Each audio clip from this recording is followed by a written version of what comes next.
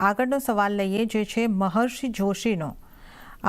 NTPC ગ્રીનમાં long view એઓ ધરાવી રહ્યા છે અને ફ્રેશ બાય કરવાનું વિચારી રહ્યા છે, તો આ લેવલ યોગ્ય રહેશે ફ્રેશ બાઇંગ માટે? એ એમનો સવાલ છે, કુશલજી. હવે જો એનટીપીસી ગ્રીનમાં એ થોડા રિસ્ક ટેકર્સ હોય તો ડેફિનેટલી આથી એન્ટ્રી બને છે. એક રિસ્ક રિવોર્ડ જે છે ઘણો ફેવરિંગ છે. બટ યસ 130 ના લેવલ્સ બહુ ક્રુશિયલ સપોર્ટ છે. તો જો એના નીચે સ્ટોક જાય છે તો એક ડબલ ટોપની પેટર્ન ફોર્મ થઈ જશે which is a bearish sign.